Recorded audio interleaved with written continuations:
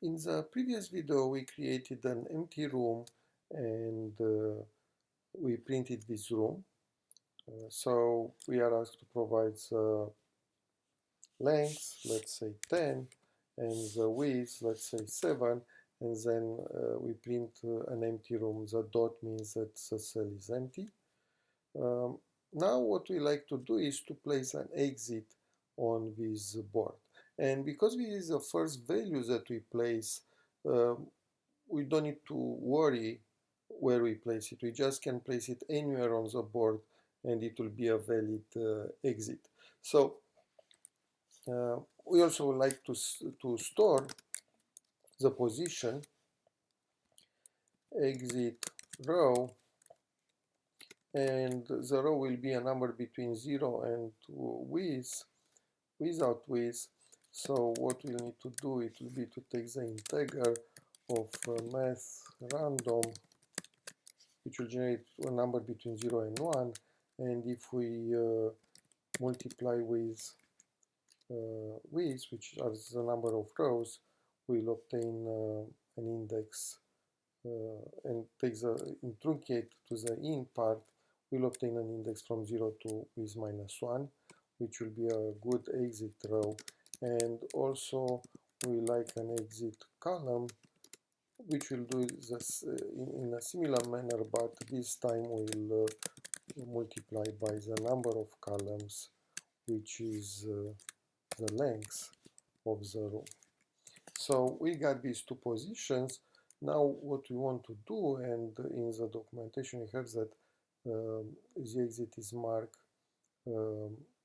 with E. So let's put in the room at the exit row and exit column, we'll mark that we have the exit. And if we run the program now,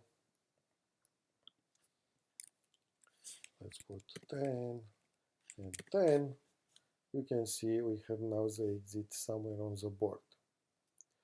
Now we place the exit, let's place also the player. It will be similar. The only problem that we have now is that we already have the exit. And when we place the player, we don't want to place the player over the exit because it will the game will be done. So we need to search for positions, but random position, but different from the exit.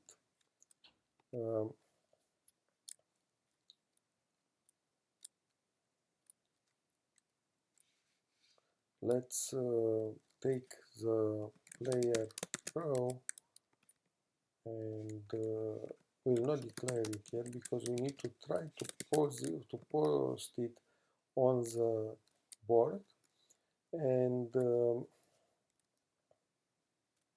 we know that we want to put some walls, so we'll not like to place the exit or to place the player in the wall. We like to place it inside the table, so we'll not take from 0 to the width minus 1, we'll take from 1 to the width minus 2 the values that we'll generate. So and we'll need to repeat this until these values go in an empty position. So we'll repeat the generation of the player row and player column until we generate one that is in a good position. It will be an empty position on the screen. And as I said, we want to start here with 1. Don't want to put on the border because there we need to put some walls, and we need to generate not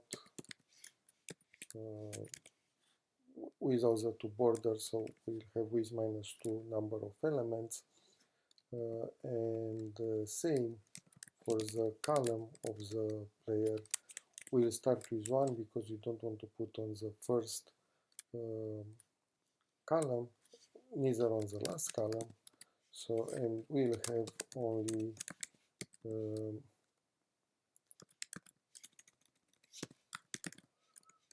only length minus 2 columns on which we want to place the player. Now we try two values, but I will repeat this do while my room is not empty on that position. For now, the only thing that I can have is the exit.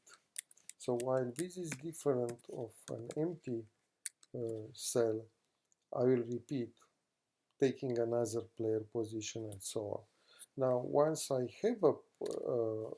find an empty position, I will keep these values for the player, and I will mark the player, and in the specification the player is marked with O, so I will put O to mark the position of the player, and I will keep this position in player row and player column.